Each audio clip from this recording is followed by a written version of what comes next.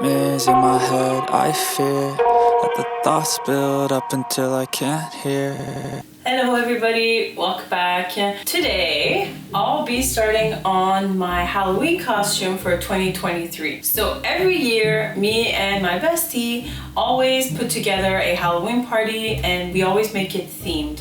Every year for the past 2 years. So it's like a new tradition. The first year we went with something really simple. It was like a Ghibli themed and I was dressed up as adult version of Kiki. Honestly, the only standout piece in that costume was probably the hat.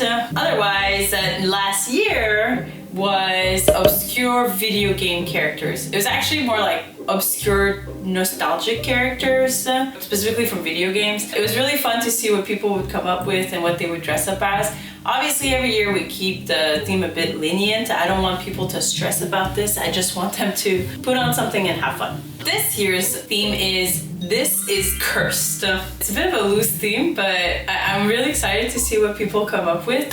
On my end, what I want to be is a biblically accurate Furby. So I'm sure a lot of you have already seen all these cursed Furbies online, and I absolutely love them. And I decided that that would be my Halloween costume theme. So obviously I'm gonna put on my own spin. I think the pièce de résistance for the costume is definitely gonna be the headpiece. So for the outfit, I'm going with something like a lot of layering of white fabric, some sheer, some knot, and something that looks a little like ange déchu, so like a little curse, but still angelic, angelique.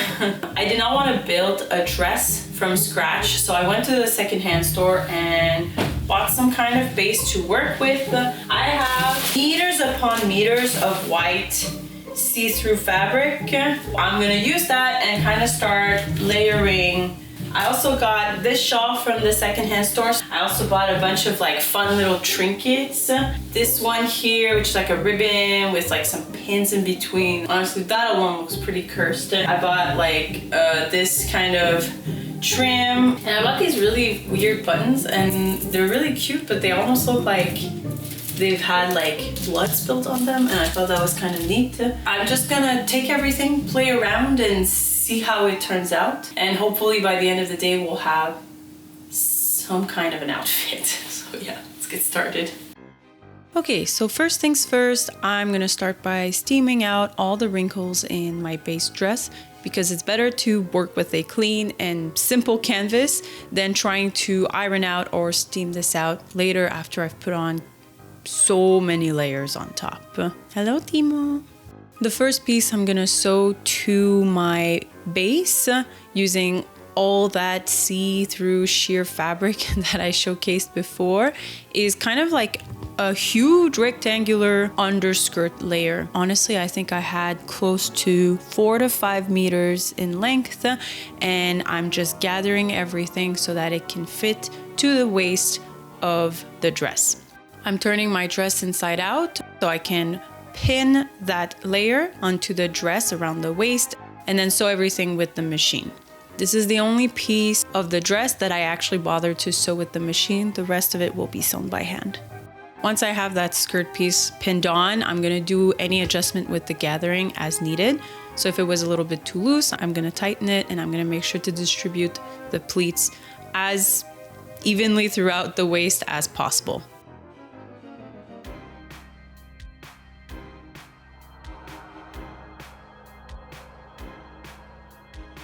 Once I have that piece sewn on, I'm going to take more scraps of the long sheer fabric and start kind of randomly distributing it over the dress.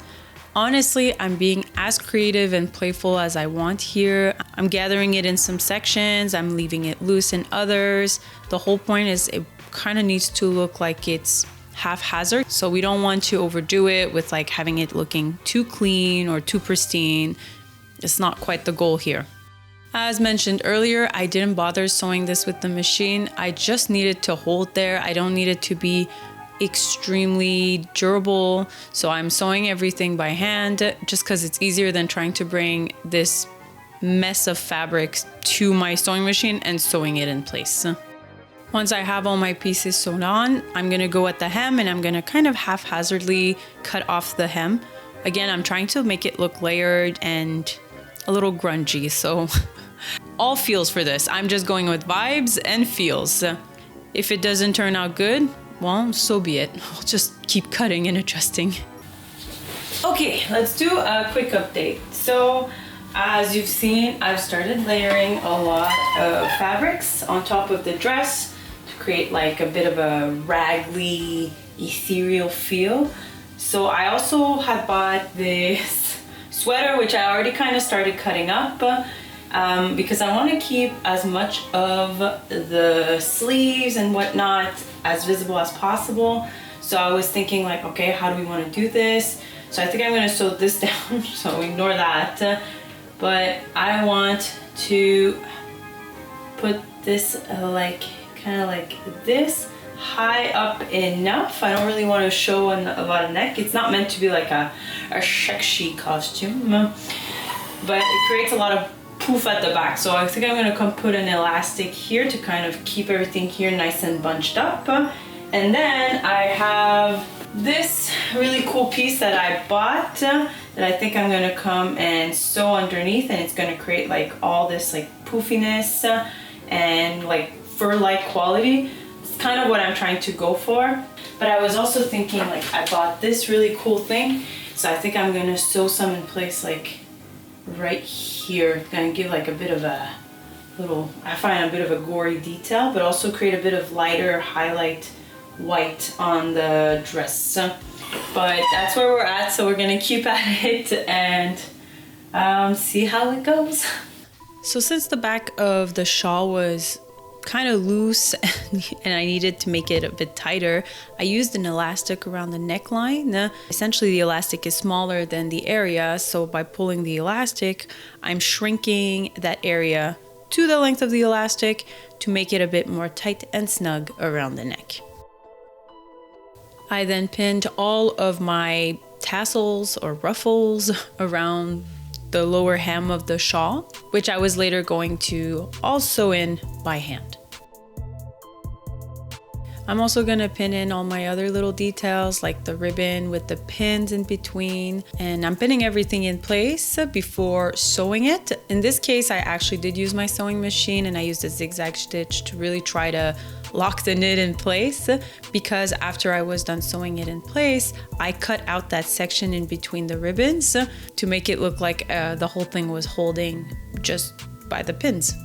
So I wasn't super happy with the way the neckline looked, so I undid some of the sewing at the front and brought the whole of the sheer fabric up around the neckline and kind of pleated everything in place. I ended up pinning all those pleats down and sewing everything in place by hand.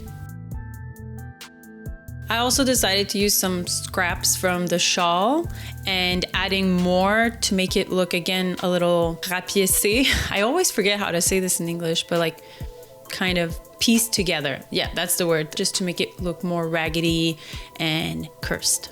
So clearly I had a YouTube video in the background and it's very, very distracting. So obviously I worked on this off screen. So here's kind of what it looks like right now.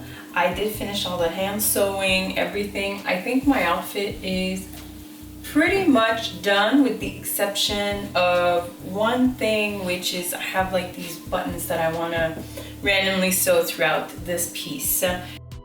So I had ordered a headpiece online from Etsy, which is now just a bunch of drop shippers from China. So what looked like a nice piece that I thought would be made by, you know, someone not in a factory for pennies looks like this. And that's honestly absolute trash, especially for the price I paid for it. Honestly, I could have gotten this from AliExpress or even goddamn Temu for 1/10 of the price and the same quality, and I wouldn't have bought it because I don't want this. So all this to say is I have to kind of build a headpiece myself, send this back somehow because I'm not going to use that. I was going to use this kind of as a base and then build around it, but now the whole set of wings needs to be built from scratch. So what I'm thinking is, I am thinking that I will make some kind of base, and on there I will have a veil because I don't want to wear a wig, so the veil will help hide my hair, which I'll probably like pull back so it's not visible. And I'm gonna have like this weird cursed Furby piece. And then on top of that, I'm gonna have like one set of wings and a second set of wings with tons of like eyes on them, and a halo crown with like glitter and eyes on that one too. I have a bunch of feathers that I bought just in case this didn't arrive on time. So just to recap, my Halloween party, which this is for, is this weekend. We are Tuesday. Yep, let's get going. So my camera's having a really hard time focusing here. I'm not sure why, but what I'm using to get a general pattern to make a foam piece for my head is a 3D print of my head, some saran wrap, and some tape. And it's the classic cosplayer method of just kind of taping that whole area and then drawing out what you want, drawing out some cutting lines and some registration line, I think some people call them, to cut your pieces out of foam afterwards. So I did make sure to mark each piece of my pattern to be able to know which piece to glue to which piece. That's also what the registration marks are for.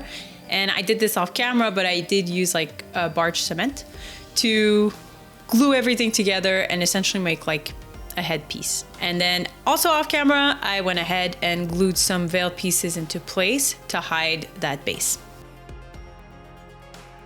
A new day, a new something to finish. Okay, so yesterday I was working on this headpiece and it turned out pretty good. So essentially the whole inside is foam and it's covered with these different layers of veils, which is the same fabric as this, but the headpiece doesn't sit super well on my head. So to kind of, oh my god, kind of help it stay on my head and not fall off, I'll be taking this piece here and probably just kind of tying it up so it won't move.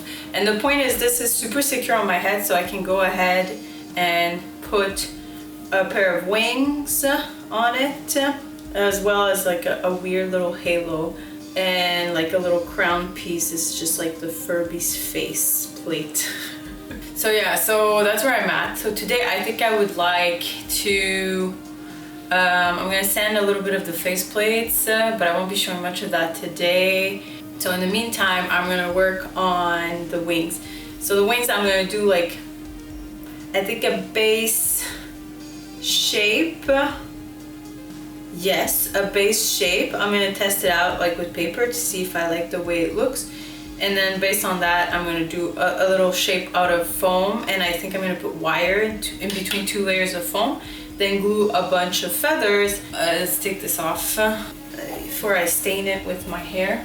So yeah, I'm gonna do a minuscule amount of work off screen. I'm just gonna finish sanding some stuff, and then we're gonna start working with some foam and some printing, just try to get that shape, because this for me ain't gonna cut it.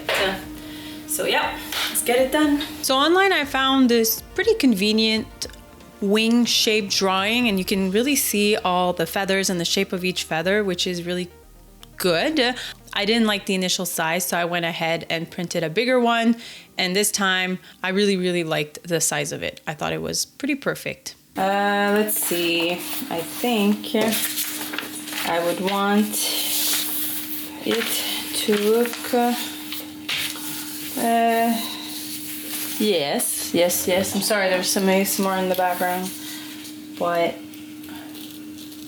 kind of something like this. We'll bring it all the way out here, and this whole section here will essentially just be, that's too small. I don't think it'll hold. So I think I'll have to do this whole area as a plate. Yes, I think so. Okay, let's do this again. So this would go like this, and this would kind of go like this. Yeah, I think that works better. And what I'm gonna do is, let me turn off the ASMR. Okay, and what I'm gonna do from there is cut out 4 pieces. I'm gonna sandwich some wires in between and I'm gonna make them come out so that I can kind of put it over my headpiece and then sew it into my headpiece. This is not meant to be like some high quality cosplay. I only have a few days. This is Janky 101 cosplay. We're just trying to get something done on time for the party and that will look good in pictures. And like, we're gonna hot glue stuff. The only reason I didn't hot glue the headpiece is because I don't think it would have honestly worked even if I had wanted to. Uh-oh, is that it? This is the end. Oh, maybe we can make this work. Ah, yes. Ish. You know what? Good enough. So once I had my pieces cut out, it was time to put in some wire in between the pieces so I could easily shape my wings if I wanted to. My wire was a bit thin, so I kind of twisted 2 strands together to get something a little bit thicker, because once there's going to be a lot of feathers attached to it, it's going to be very like pretty crisp. So it needs a good wire to really help keep that bended shape. I'm also making sure that I have extra wire coming out at the ends because I'm going to use that to attach it to the headpiece. And I'm really going in and spiraling it all into place. I actually used a little bit of Scotch tape to like tape everything down. But once everything is taped down, I use a hot glue and sandwich the wire in between the 2 pieces.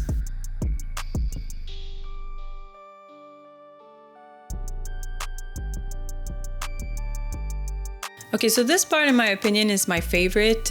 So using the drawing of the wing that I have as a template, I'm going in and I'm cutting all my feathers roughly into the shape that I'm seeing on the drawing.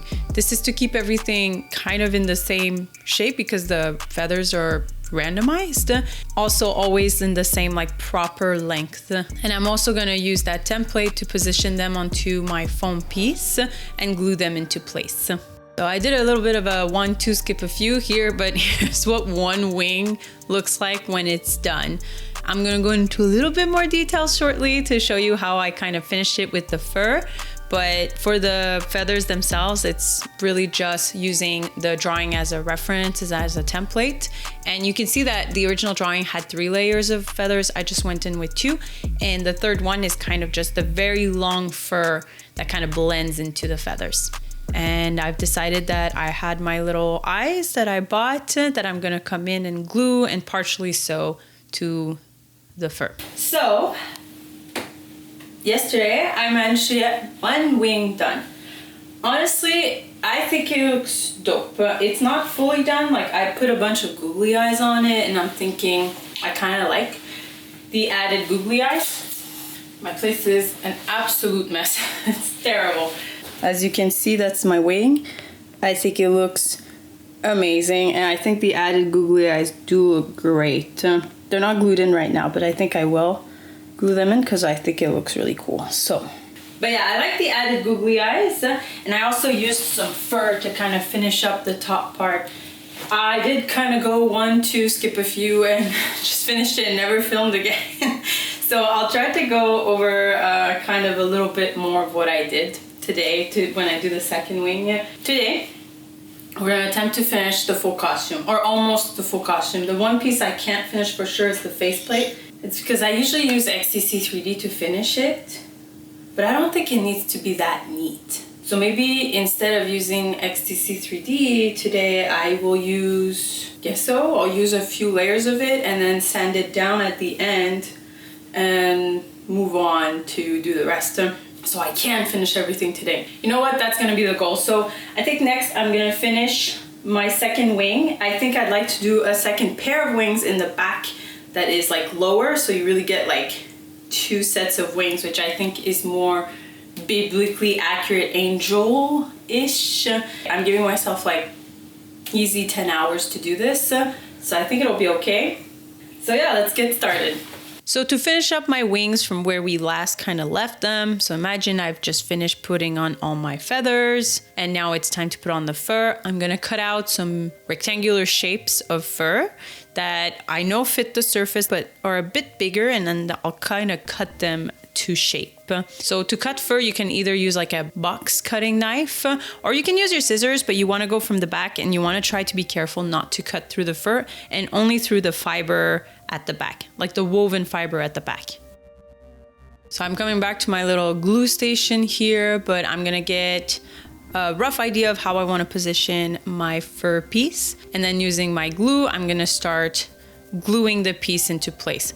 Now, fur is directional, so you want to make sure that the direction of the fur follows the direction of your feathers. Otherwise, it's going to look really awkward. So once you have the fur all glued in place, I'm going to cut the excess fur at the top of the wing using my scissors.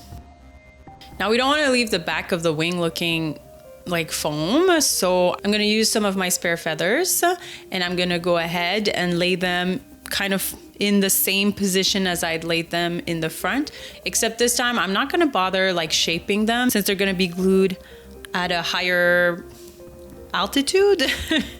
They won't be poking so much at the bottom, so they're really just there to hide the foam and not so much to add volume to the front.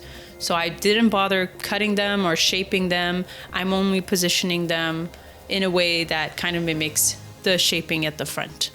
Now the feathers at the back are looking a little janky, obviously, towards the top. So once again, I'm gonna use fur to hide that. So I've already glued my rectangle piece of fur into place. And now I'm just looking to kind of finish the edges. So I'm going along the edges and I'm making sure to really press the seam of the front section of fur to the back one, and really making sure that it's pressed together and glued together and sealed. Once you have the whole edge done, you're gonna come really close to that seam and cut off the excess of the fur at the back of the wing.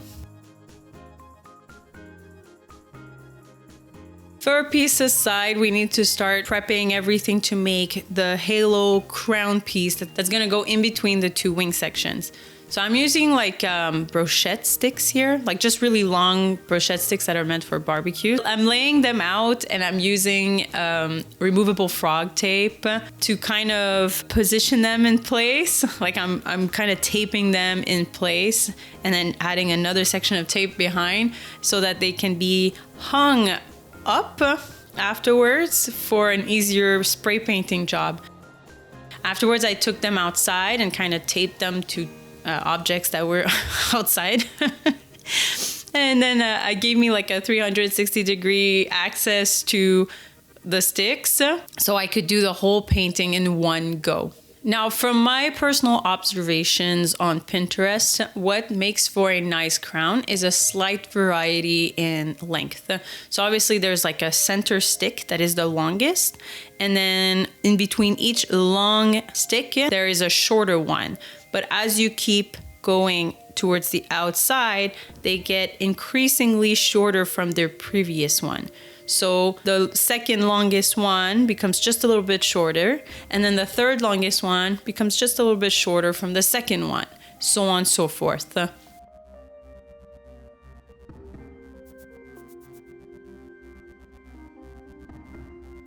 Okay, so this part was a hassle and a half, but I didn't want to have it on a headband because that can be very tight on the head and it always gives me headaches. So I decided to glue every single one of the pieces to a ribbon, like a pretty wide ribbon. So I kind of taped the ribbon down to my table so that it wouldn't move and allow me to essentially glue every piece. And the way I glued every piece is I put a little blob of glue on the ribbon, put the stick in, and kind of just waited for it to cool down and set in place. So obviously that's not going to be strong enough, but I'll show you how I kind of strengthened the whole build afterwards. So this is kind of the awkward part. I removed the tape that was holding my ribbon down to my table, and then I took the ribbon and kind of positioned it on the headpiece, the one with the foam base, and slowly started gluing everything in place. I initially started gluing it by putting the glue in the center, which was a bad idea because it was so hot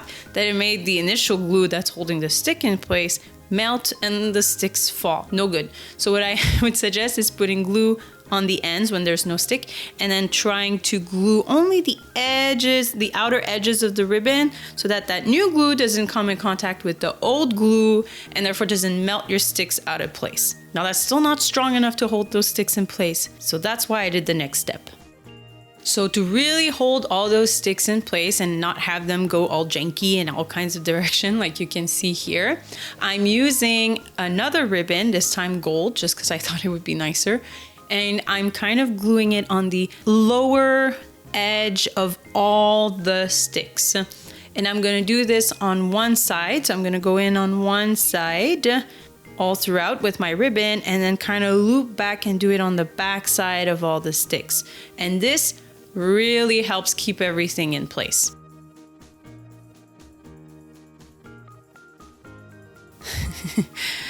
I could tell I'm very happy that this worked out because I didn't think it would. Now that I had like my halo crown piece done, I decided to like take a look at where I would roughly position the wings on top of the headpiece.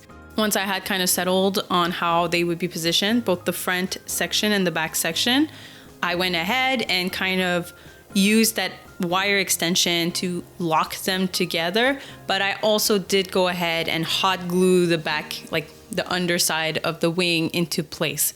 This is like a double security measure essentially.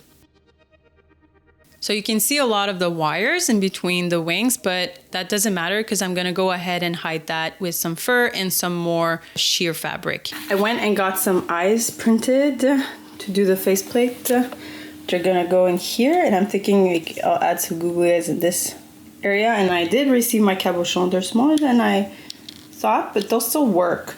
So I think that'll be okay. Now for my eye plates, I did do a little bit of sanding prior to applying a bunch of gesso, I'm not sure how you would pronounce that, to each of the plates. So the gesso is really thick, so the idea is you want to do at least, like, honestly, if you have time, do at least 10 layers and take the time to really sand down the piece. And it works. And if you do it properly, it works nicely, but I was really rushed for time. So I was thinking it was like 3 layers, a very cursory sanding job, and I just moved on with my life. I would also recommend, if you wanted to do a really nice clean job, to use like spray on paint. But again, I was rushed for time and I didn't have any like white spray on paint. Actually, I have an airbrush. I could have totally used my airbrush, but I thought this would just be faster. And like I said, I was really rushed for time. So I'm going in with my paints. I did white for the faceplate, gold for the beak, and like a dark green for the little head space over the eyes. If you're wondering where I found the faceplates, I found them online and got them 3D printed by my friend. So for the eyes, I kind of photoshopped a gecko eye because I thought the gecko eye was really like, I'm gonna be honest, it's really weird. So it really works for that weird biblical monstrosity effect. Biblically accurate angels are known to be like quite transcendent and weird and like beyond human comprehension, right? So I thought the gecko eye was kind of reminiscent of that. So if you're wondering what type of eye it is, it's the eye of a gecko. So I went ahead and the whole thing was printed on MacTac, so I was able to just glue it right into the plate. And then I had these cabochons, is what they're called. I don't know what they're called in English. Maybe they're just called cabochons in English, but they're called cabochons in French. And they're like these little transparent oval or round things that you use to make jewelry. But in this case, they're just going to be used to give the eye like that bulging, translucent effect. I initially glued them with super glue, but I don't recommend that because super glue, when it dries, if it comes in contact with air, it dries white, which created like weird splashes in the big eye plate. So I had to change them out later, but I ran out of the gecko eye, so I had the Nazar eye that I reverted back to, but I didn't like the Nazar eye as much. So I ended up using the small plate and not using the big face plate.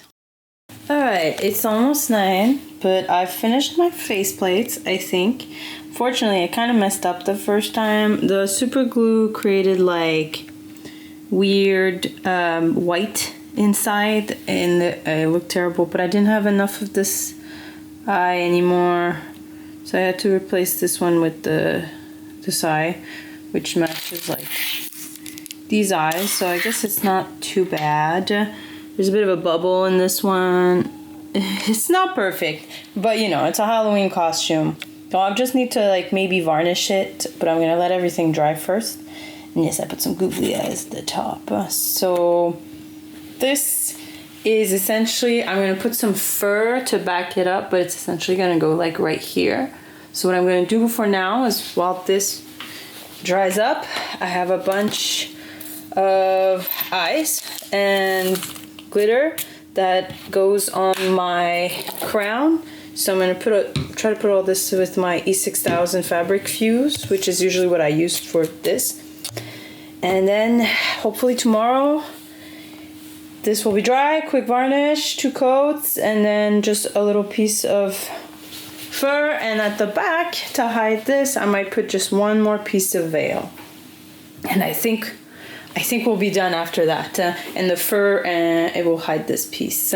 So yeah, almost done. Last but definitely not least, I added the last of like the small gem eyes to the crown, and then I went in with a bunch of smaller gems and glued them all in place using E6000, but this one is specifically made for gluing on gems. So I had a slightly bigger yellow golden one, a slightly smaller blue one to create a bit of an accent, and then an even smaller golden one to finish off the top of the crown. And that kind of wrapped up the project. So let's move on to the reveal, shall we?